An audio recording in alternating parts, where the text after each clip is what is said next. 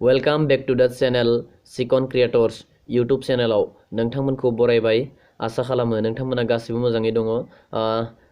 आंबो दासान्दि मोजाङैनो दङ दिनैहाय आं जायफोर बिथांमोना गोदान क्रिएटर्स बिथांमोननि थाखाय मोनसे गोदान भिडिअ लानानै फैदों जायफोर बिथांमोना गोदान क्रिएटर्स बिथांमोना बे भिडिअखौ जोबजासिम नायाब्ला नोंथांमोना माबा मोनसे सोलोंनो थालांगोन सो बेनिखायनो दिनैनि भिडिअखौ क्रिएटर्स बिथांमोना जोबजासिम नायलांगोन होननानै आं मिजिं थिबाय सो बिदिब्ला गोबाव खालामालासिनो दिनैनि भिडिअखौ स्टार्ट खालामसै सो लेट्स गो नाय बाथ्राया जाहैबाय जायफोर बिथांमोना गोदान क्रिएटर्स नङा होमबा आंबो जाय समावहाय आंनि साबस्क्राइबारा के जायाखैमोन बे समावहाय आंबो फस्थायनांदोंमोन मा समाव आंनि साबस्क्राइबारा बारिगोन मा समाव आंनि साबस्क्राइबारा बारिगोन होननानै जों बयबो सानो आंबो सानदोंमोन सो नोंथांमोनाबो दा सानगासिनो दङ जायफोर बिथांमोना गोदान क्रिएटर्स नोंथांमोना गावनि लोगोखौ बुंनानै आंनि चेनेलखौ साबस्क्राइब खालामना हो आंनि चेनेलखौ साबस्क्राइब खालामना हो होननानै नोंनि लोगो हाइस्ट नोंनि लोगो बेसेबां 100 200 हाइस्ट नों 200आलागि नोंनि लोगोफोरखौ बुङै बुङै नों साबस्क्राइब खालामहोनो हागोन बेनिफ्राय नों मा खालामनो बेनिफ्रायथ' नों लोगोफोराबो साबस्क्राइब खालामजोब्बाय नोंनि चेनेलखौ बिनि उनाव लोगोफोरनोबो शेयार खालामबाय बिदिनो साबस्क्राइबबो जाबाय आरो हाइस्ट साबस्क्राइबार जाबाय 200 250 300 बिदि जाहैबाय दा बिनि उनावहाय बाकिखिनि साबस्क्राइबारा बोरै फैगोन बेखौ गोबां जिंगा सियो नङा होमबा गोदान क्रिएटर्सफोरा बाकी उननि 700 बा 650 साबस्क्राइबारा फैनो थाखाय नों टेकनिक बाहायनांगोन नङा होमबा नों गावनो टेकनिक खालामनांगोन आरो नोंनि भिडिअआ भाइरेल जानांगोन अब्लासो नोंनाव साबस्क्राइबार फैगोन नङा होमबा दा बे टेकनिकखौनो आं नोंथांमोननो मोनसे टेकनिक फिसा टेकनिक होनो सानदों सो बे भिडिअनि गेजेरजोंनो नाय नोंनि खाथि खालानि लोगोफ्रा नोंखौ जेनेबा नोंनि बेस्ट आंगो लोगोफोरा नोंखौ सापर्ट खालामबाय नङा होमबा साबस्क्राइब खालामबाय नोंनि भिडिअखौ वाच खालामना होयो सो बिथांमोना साबस्क्राइब खालामो खिन्थु ओरैबायदिबो मानसि दङ बेफोरबायदि खालामनानै मा मोननो नों रोङा हेन टेन बिदि बहुद ओंखारो सो बेफोरखौ खर' लानो नाङा नोंथांमोना जाय खामानिखौ मावदों मावलांबाय था नाथाय नोंनि कन्टेन्टआ थिग जानांगोन सो आङो नोंथांमोननो दायो जाय टेकनिकखौ होनो सानदों बे टेकनिकआ नोंथांमोननि जोबोर इम्परटेन्ट खोनासंनानै ला दायो इउटुबनि सिस्टेमा सोलायबाय बा आपडेट जाबाय दा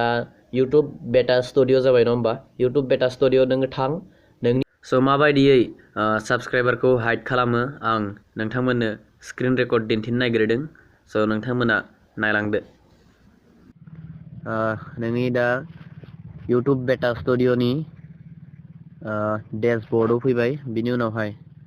एसे गाहायाव थां बे गाहायाव नोङो सेटिंस नुगोन बे सेटिं अपसन सो बेयाव क्लिक खालाम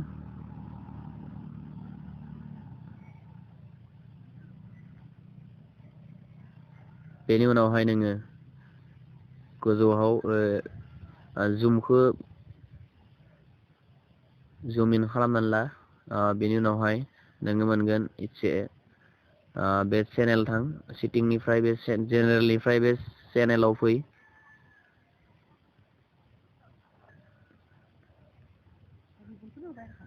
चेनेलनिफ्राय एडभान्स सेटिंआव थां बे गेजेराव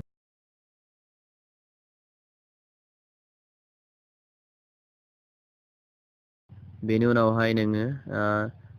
बे साबस्क्राइबार काउन्ट बेखौ display the number of people subscribe to my channel बे दङना थ' बेवहाय बे क्लिक जानानै बेबायदि जानानै थायो खिन्थु बेखौ बेवहाय राइट सिन होनो नाङा बेखौ बेबायदिनो दोन बे फार्स्टआवहाय बेबायदि राइट सिन जानानै थायो बेखौ राइट सिन खालामनो नाङा बेबायदि दोननानै उनावहाय बे आंनिया हाइड खालामनाय दंखायो स' बेनिखायनो आंनिया बेयो माने बेवहाय बक्सखौ क्लिक खालामनाय गैया स' बेनि उनावहाय बे गाहायाव सेभ अपसन दङ बे सेभआव क्लिक खालामना होबानो सेभ जागोन बेनि उनावहाय नोङो नोंनि इउटुब चेनेलाव थांनानै नायब्लानो नुनो मोनगोन नोङो नोंनि साबस्क्राइबारा हाइड जाना थानायखौ क्लिक खालामनानै हो बिनि उनावहाय गाहायाव सेभ अपसन दङ स' नों गाहायाव सेभ खालामना होबानो नोंनि सेटिंआ माने पाब्लिक जाना थानायखौ हाइड खालामना होनाय बेयो सेभ खालामनानै लाब्लानो जायो। स' नोंथांमोना मिथिबाय। बेनि उनावहाय नोङो सेभ खालामनायनि उनावहाय गासै नोंनि क्रम ब्राउजाराव बा नोंनि इउटुब बेटा स्टुडिय'खौ रिफ्रेश मारिनानै हो। बेनि दान्दिसे उनावनो नों नोंनि इउटुबाव थांनानै नायहैथां। स' नोंनि साबस्क्राइबारा हाइड जाबाय आरो नोंनि साबस्क्राइबारखौ पाब्लिकआ नुलिया। अब्लानिया जायफोर बिथांमोना नोंनि भिडिअ'खौ नायो बा जायफोर गोदान माने पाब्लिक जोंनि भिडिअ'खौ नायो, नोंथांनि भिडिअ'खौ नायगोन, बिथांमोना नोंनि साबस्क्राइबारखौ नुवाब्ला बिथाङा जागोन बेयो गोदान इउटुबार ना बोराय इउटुबार नोंखौ हमनो हाला। अब्लानिया बियो नोंनि भिडिअ'आव गोदानै फैदोंब्ला बा नोंनि चेनेलाव गोदानै फैदोंब्ला नोंनि चेनेलखौ साबस्क्राइब खालामनानै थांथारगोन। स' जुदि नोङो बेखौ हाइड खालामनानै दोनाब्ला नोंनि साबस्क्राइबारखौ 250 बा 300 बेबायदि नुयोब्ला बे गोदान इउटुबार बेनि भिडिअ क्लिप मा नायनो बे रोंखाया ओरैनो बायदिसिना साननानै नोंनि चेनेलखौबो माने भिजिट खालामनाय नङा आरो नोंनो साबस्क्राइबबो खालामनानै होनानै थांनाय नङा। स' बेनिखायनो हाइड खालामना दोननाया इम्परटेन्टसिन। नोंथांमोना माबोरै हाइड खालामो मिन्थिबाय। स' दिनैनि भिडिअ'खौ नोंथांमोना नायनानै बोरै मोनखो कमेन्ट खालामनानै खोन्थाहर आरो नोंथांमोना आंखौ गावनि बर' फिसा होननानै बे भिडिअ'नि थाखाय मोनसे लाइक खालामनानै हो आरो माबाफोर सोंनांगौ दङब्ला कमेन्ट खालामनानै सोंहर। लोगोफोरनोबो शेयार खालाम बे भिडिअ'खौ आरो चेनेलाव गोदानै फैदोंब्ला चेनेलखौ साबस्क्राइब खालामनानै थां। दिनैनि थाखाय बेखिनियानो जासिगोन। जै बर' हारिनि जै। बाय बाय।